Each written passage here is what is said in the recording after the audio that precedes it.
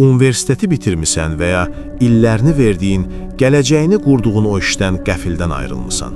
İndi isə əlində bir diplom ya da bir CV ilə ortalıqda qalmısan. Hər gün iş elanlarına baxırsan, vakansiyaları vərəqləyirsən, amma qarşına çıxan mənzərə səni dəhşətə gətirir. Görürsən ki, hər keçən gün iş tapmaq, pul qazanmaq, hətta ayaqda qalmaq daha da çətinləşir. Bəs niyə belə olur? Niyə əvvəllər bir diplom, bir ömürlük təminat idisə, indi onlarla sertifikat, kurs və təcrübə belə səni xilas eləmir? 1800-cü illərdə dünyada cəmi 1 milyard insan var idi. Bu sayın 2 milyarda çatması üçün bəşəriyyətə düz 123 il lazım oldu. İnsanlıq yavaş-yavaş böyüyürdü. Sonuncu 1 milyardlıq artım üçün cəmi 11 il kifayət etdi və 2022-ci ildə dünya əhalisi 8 milyarda çatdı. Sən sadəcə bu rəqəmin içindəki bir nöqtəsən və səninlə eyni anda həmin resurslar üçün mübarizə aparan milyardlarla başqa nöqtə var. Əhalinin bu qədər kəskin artışı təbii ki, işsizliyi də bir o qədər artırır. Təkcə bizim ölkəmizdə hər il təxminən 120 min nəfər gənc universiteti və ya məktəbi bitirib əmək bazarına atılır. Bu, hər il 120 min yeni rəqib deməkdir. İşə götürənlər çox yaxşı bilirlər ki, qapıda növbə gözləyən minlərlə insan var.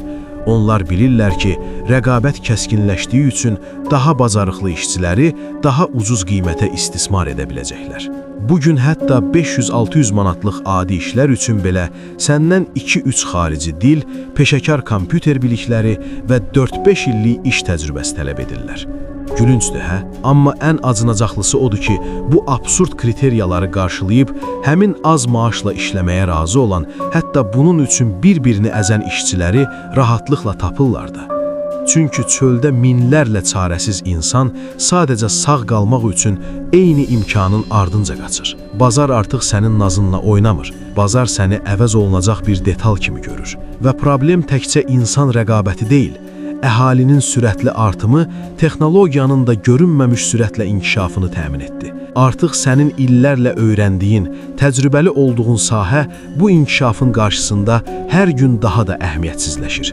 Xüsusən sənaye inqilabından sonra baş vermiş o böyük dəyişiklik, insan əməyini minimuma endirmək və təkrarlanan işləri maşınlara həvalə etmək prosesi indi daha yayğındır. Şirkətlər daha az xərclə, yorulmayan, etiraz etməyən mexanizmlərlə daha çox iş gördürə biləcəkkən, səni işə götürmək onlara niyə cazibədar gəlsin ki? Bir robot xəstələnmir, bir proqramın psixoloji problemləri olmur, o yorulmur və heç vaxt məzuniyyət istəmir. Və süni intellektlər. Artıq o fantastik filmlərin mövzusu deyil, sənin çörəyinə şərik olan bir rəqibdir. Məhsul reklamları, video animasiyalar, operatorluq, mətin yazarlığı və daha onlarla sahədə süni intellekt insan əməyindən qat-qat sürətli və ucuz nəticə verir.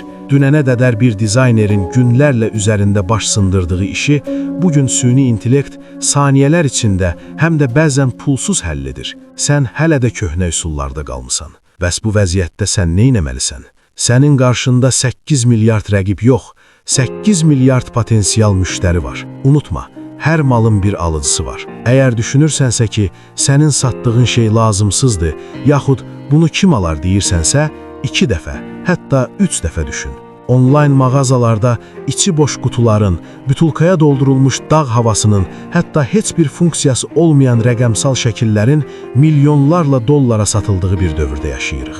Bu nə deməkdir? Bu o deməkdir ki, milyonlarla insan əslində nə istədiyini bilmir. Onlar sadəcə onlarda maraq oyadan, duyğularını tərpədən, onlara fərqli hiss etdirən bir şey axtarırlar. Sən bu kütləyə doğru hekayəni danışsan, onlara hər şeyi sata bilərsən. Texnologiya sürətlə inkişaf edirsə, sən o texnologiyanı satmağı öyrən. Süni intellekt işləri əlimizdən alırsa, sən süni intellekti idarə etməyi öyrən. Get kiçik sahibkarlar üçün chatbotlar qur. Onlara süni intellektlə xərclərini necə azaldacaqlarını göstər və bunun qarşılığında haqqını al. Krizi fürsətə çevirmək üçün sadəcə yerində saymağı, şikayət etməyi və köhnə sistemin sənə borclu olduğunu düşünməyi dayandırmalısan. Dünya sənin diplomuna, sənin zəhmətinə və ya sənin nə qədər yaxşı insan olmağına görə sənə dəyər verməyəcək. Bu 8 milyardlıq izdihamın içində görünməz bir kölgə kimi itib getmək də sənin əlindədir. O kütləyə istiqamət verib öz imperiyanı qurmaq da sənin əlindədir. Süni intellektin səni əvəz edib küçəyə atmasını gözləmə. Onu sənin üçün çalışan bir qula çevir. Qorxu və çarəsizlik sadəcə məlumatsızlıqdan və cəsarətsizlikdən yaranır. Öyrən, tətbiq et və sat. Çünki artıq bu dünyada sadəcə axınla gedənlər yox, axının istiqamətini dəyişənlər qalib gəlir. İndi seçim sənindir. Ya sistemin səni udmasına icazə verəcəksən, ya da ayağa qalxıb öz fürsətini özün yaradacaqsan.